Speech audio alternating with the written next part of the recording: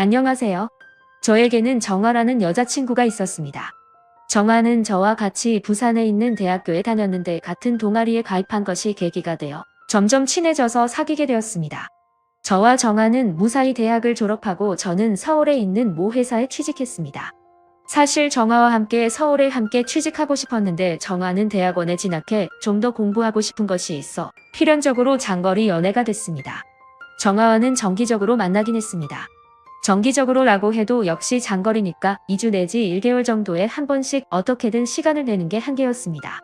일 시작한 지 얼마 안 돼 피로가 쌓였고 회사가 쉬는 날이나 저에게 여유가 있을 때 저부터 정아를 만나러 가려고 했어요. 만나러 가서 학업에 열중인 정아에게 월급의 일부를 지원하고 있었습니다. 정아네 집은 자기 학비는 자기가 벌어야 한다라는 방침이 있었습니다. 대학생 시절에는 정아는 공부와 아르바이트를 양립할 수 있었는데 대학원생이 되고 나서는 아르바이트 할 틈도 없을 정도로 공부하고 있었습니다. 그래서 제가 금전적으로 지원을 해줬습니다. 그런 느낌으로 1년 정도 장거리 연애를 했는데 어느 날 정아 아버지께서 갑자기 저에게 전화를 해왔습니다. 있잖아, 실은 정아가 교통사고를 당해서 사고요. 정아는요? 정아는 무사한 거죠? 전화기 너머 코를 훌쩍이는 소리가 들렸습니다. 정아 아버지께서 엄청 우시는 느낌이었습니다. 저도 갑자기 전화가 와서 너무 당황스러웠었는데 곰곰이 생각해보니 정아 아버지께서는 장난도 많이 치시고 농담도 잘 하시는 분이셨는데 늘 하는 농담인가 싶었습니다. 에이, 오늘 4월 1일 만우절 장난이죠? 그랬더니 아버님께서 울먹이면서 나는 딸에 대해서는 농담 같은 거 안 해. 정아가 며칠 전에 사고로 죽었어. 네? 그리고 아버지께서 펑펑 우셨습니다. 펑펑 울면서 저한테 자세한 얘기를 해줬습니다. 정아가 횡단보도에서 신호대기를 하던 중에 신호 무시한 차가 들이닥쳤고 그래서 정아는 지나가던 행인에게 구조를 받아 구급차에 실려 병원으로 옮겨졌지만 손을 쓸 새도 없이 숨을 거뒀다는 겁니다. 장례식은 조만간 가족끼리 치르기로 한다는데 정아가 죽었다는 충격으로 다른 말은 머리에 들어오지 않았어요. 딸을 많이 좋아해줘서 고마워 자네 충격받았겠지만 이제 딸은 잊어버리고 살게. 이러면서 제 대답도 안 들으시고 막 전화를 끊어버렸습니다. 솔직히 너무 비현실적인 느낌이 들어서 몇 번이나 다시 아버지에게 전화를 걸어봤습니다. 그런데 전혀 연결이 안 됐습니다. 저는 정아가 죽은 것이 전혀 믿어지지가 않아 정아가 살던 곳까지 갔다 왔습니다. 정아가 살던 집은 불이 다 꺼져 있었고 저는 정아야? 정아야? 이렇게 부르며 문을 두드렸습니다. 계속 시끄럽게 두드르니 옆집에서 아저씨가 나와서 거기 시끄럽게 왜 계속 두드려요? 그 집에 이제 아무도 없어요. 여기서 저는 의심이 사라지며 확신이 들었습니다. 아, 이제 진짜 정아가 죽었구나. 돌아올 때 저는 길에서 대성통곡하며 목 놓아 울었습니다. 한바탕 울고 나면 계속 멍해졌습니다. 넋이 나간다는 게 이런 느낌이구나 라는 생각이 들더라고요. 그 후 저는 충격으로 밥이 목구멍을 통과하지 못하고 밤에는 잠을 전혀 못 자는 상태가 한 달 이상 됐습니다. 계속 이런 상태였지만 일을 쉴 수가 없었기에 어떻게든 회사에 가긴 했는데 갑자기 몸에 힘이 쫙 빠지면서 회사에서 쓰러졌습니다. 응급실로 이송되었는데 원인은 영양실조였습니다. 밥을 제대로 먹지 않았던 게 그게 원인이었습니다. 병원에서 몸무게를 쟀는데 마지막에 쟀을 때보다 10kg 넘게 빠졌더라고요. 원래도 말랐었는데 10kg이나 빠지니까 이미 해골 상태였습니다. 당연하지만 의사한테 엄청 혼났습니다. 사귀던 사람이 사고로 죽었습니다. 그 충격으로 이렇게 됐네요. 라고 전했더니 안타까운 일이지만 계속 식사를 거르면 환자분 목숨이 위태로워집니다. 환자분까지 목숨을 잃는다면 돌아가신 그녀가 화를 낼 거예요. 라는 말을 수없이 듣고 심리상담도 계속 받았습니다. 상담도 계속 받으며 주변 사람들의 도움 덕분에 그 일이 있고 난 후 반년 정도 만에 그럭저럭 일상생활은 보낼 수 있을 정도로 회복을 했습니다. 그러던 중에 대학 후배한테서 연락이 왔습니다. 이번에 동아리 회식한다는데 같이 안 갈래요? 저는 정아가 죽은 충격에서 어느 정도 회복했었기에 후배랑 오랜만에 한잔하고자 참석한다고 말했습니다. 그리고 회식날 뭔지 모르겠지만 후배들이 아무도 저에게 말을 안 걸렀습니다. 옛날 같으면 저를 보면 바로 말을 걸어온 후배들도 눈이 마주치면 시선을 회피하고 해서 이상하게 생각하고 있었습니다. 저를 초대해준 후배가 저에게 말을 걸어왔습니다. 다른 애한테 방금 들었는데 정아 씨와 헤어졌다는 거 정말이에요?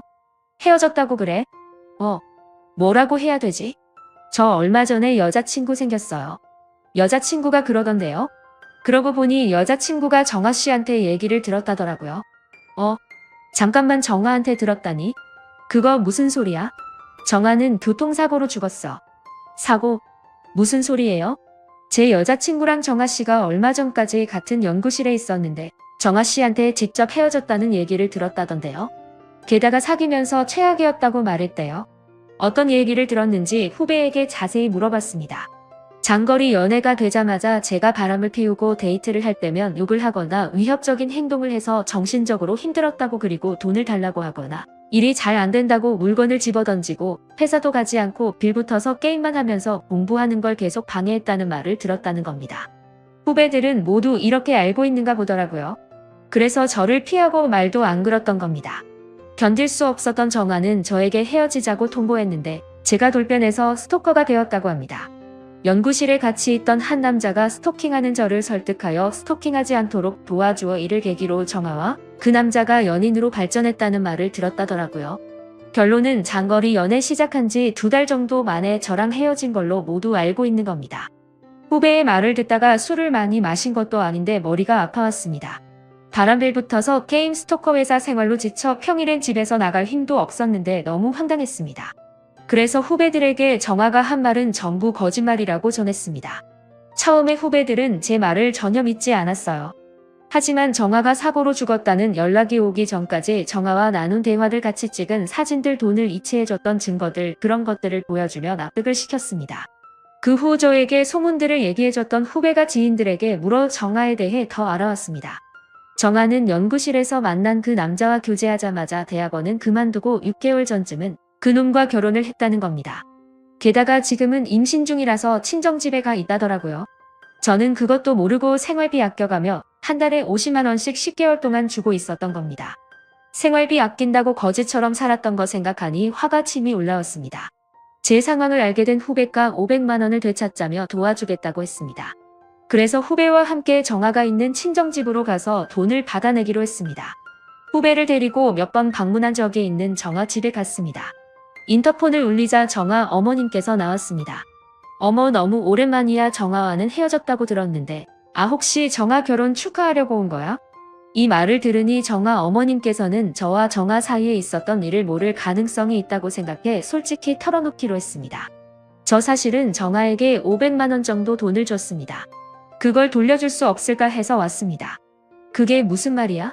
올해 4월 이후에 갑자기 정아와 연락이 안 돼서요. 어떻게 500만 원을 돌려받을 수 있을까 하고 후배와 상의한 결과 직접 찾아가 봐야겠다 싶어서 왔습니다. 이야기를 들으신 정아 어머니께서 저와 후배를 집 안으로 들여보내주셨습니다. 그런데 거실에 들어가니 정아가 있었습니다. 제가 온 걸 모르는지 TV를 보며 소파에 누워 있었습니다.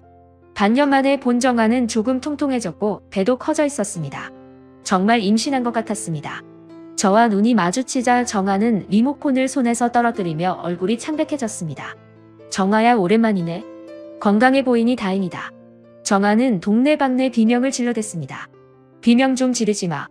소리 지르고 싶은 거 그거 나거든. 교통사고로 죽었다고 전화 왔었는데 살아있었구나. 게다가 임신도 했네. 정아는 비명을 멈췄고 어머니께서 무슨 말인지 설명을 해보라고 하셔서 소문과 제가 겪었던 일들을 모두 말씀드렸습니다. 얘기를 듣던 정아는 얼굴이 토마토 마냥 새빨개졌습니다.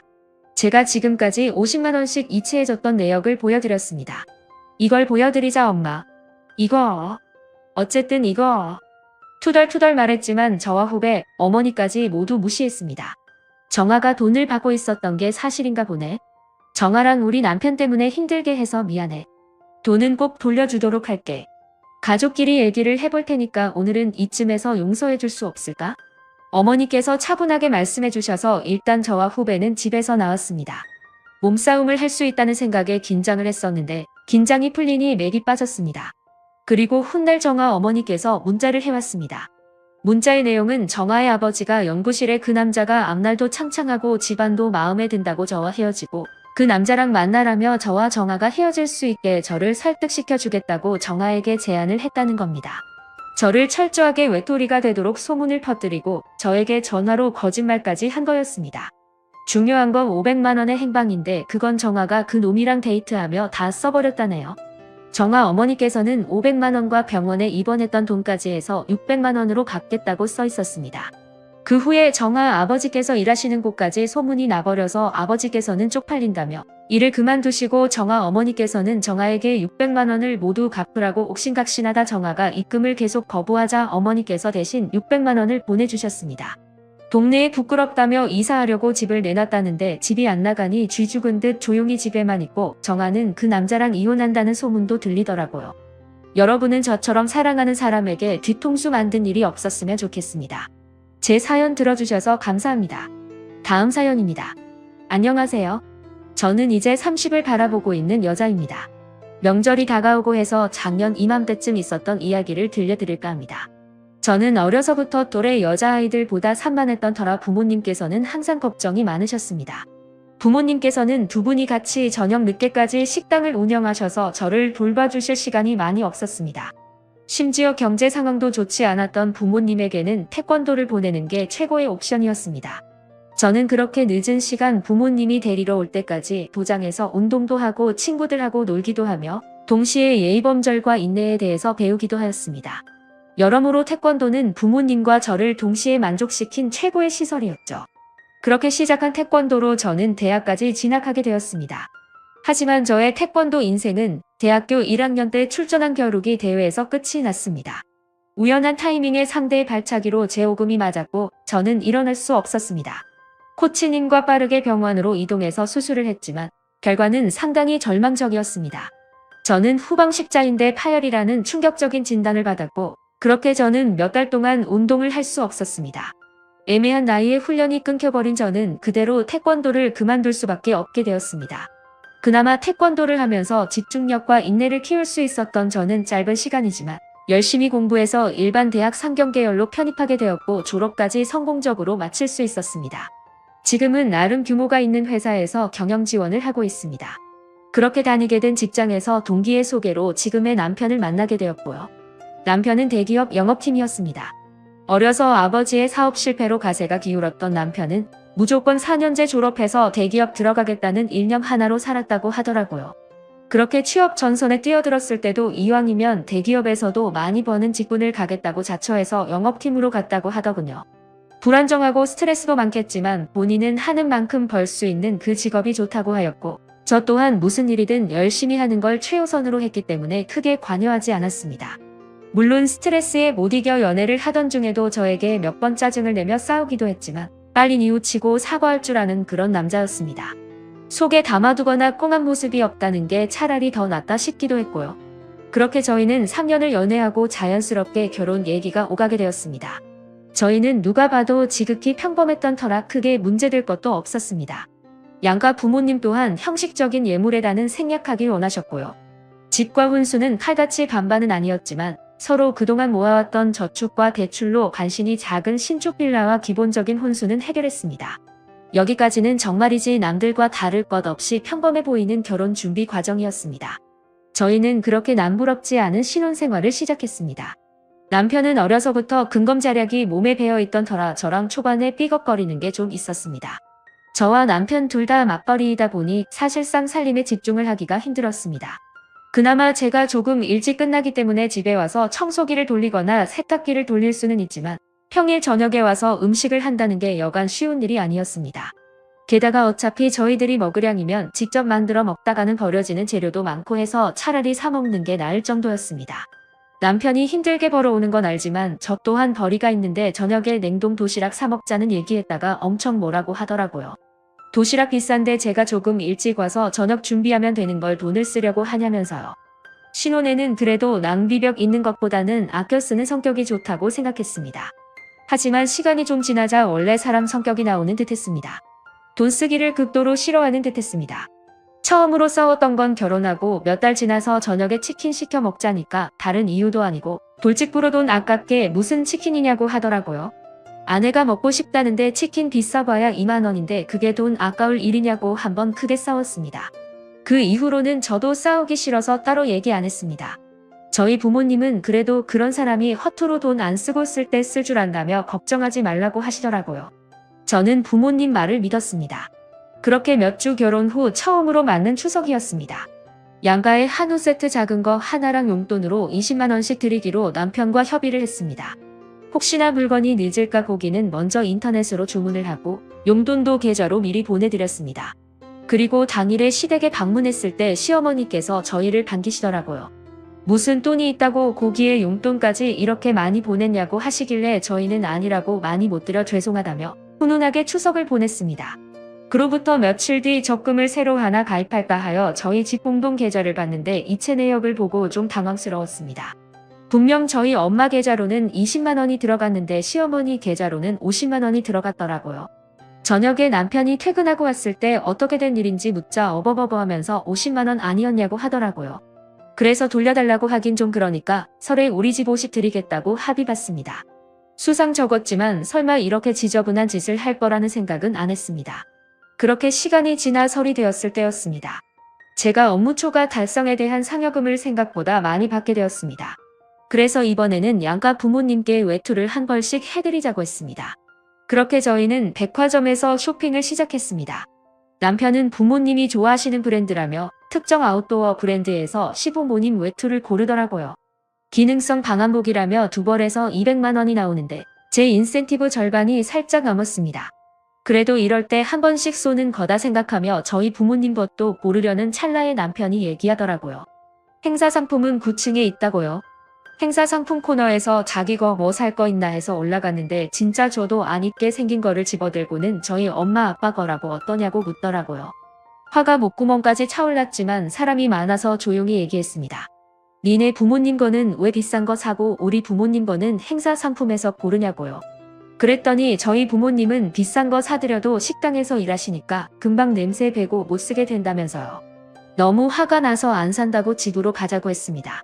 그리고 집에 와서 화가 나 있으니 남편이 얘기하더라고요. 어차피 첫가에는 이번에 용돈도 따로 30만 원 더 드리지 않냐면서요. 옷도 비싼 거 사고 용돈도 더 드리려고 했냐면서 저한테 어이없다는 듯이 묻더라고요. 그래서 용돈은 내가 나 몰래 시댁에만 30만 원 더 줬으니까 그런 거 아니냐니까 누가 몰래 줬냐면서 발끈하더라고요. 그래서 제가 저희 부모님 거는 알아서 선물할 테니까 신경 끄라고 했습니다. 그렇게 저는 설에 저희 집 가기 전날 백화점에 들려서 저희 아버지 패딩이랑 엄마 가방이랑 시원하게 300만 원 긋고 집에 왔습니다. 남편이 쇼핑백을 보자마자 눈이 동그래져서 얼마 줬냐고 묻더라고요. 그래서 300만 원 줬다고 하니까 미쳤냐고 소리를 지르더라고요. 그래서 저도 좀격해져서 이혜빈 이혜미 거 사는 건 정상이고 우리 엄마 아빠 거 사는 건 미친 거냐고 따졌습니다. 그때였습니다. 벼랑간 남편의 손이 제 얼굴로 향하더라고요. 부상으로 선수 생활을 은퇴했지만 10년을 넘게 태권도를 했던지라 저도 모르는 사이 몸이 반응하더라고요. 남편의 손이 제 얼굴에 닿기 전에 제가 먼저 몸을 돌려 남편의 머리를 발로 후렸습니다. 남편은 그대로 바닥으로 고꾸라지고 기절을 했습니다. 너무 놀라서 누워있는 남편의 뺨을 두들겼더니 다행히도 금방 깨더라고요. 그래서 사실대로 얘기했습니다. 내가 먼저 때리려고 해서 반격했을 뿐이다. 나 원래 운동했었으니까 나한테 손 떼려고 하지 말라고요. 남편은 자존심이 상한 건지 무서운 건지 아무 말 못하고 앉아 있었습니다. 그렇게 제 발차기를 계기로 남편은 순종적으로 변했으며 경제권 또한 저에게 넘어왔습니다. 저도 그 이후로 저한테 남편이 항상 주눅 들어 있는 듯해서 가끔은 미안하게 생각하지만 차라리 이런 위치에서 살아가는 게 더 편한 듯합니다. 오늘도 제 사연 들어주셔서 감사합니다. 구독과 좋아요 눌러주시면 재밌는 이야기 준비하겠습니다.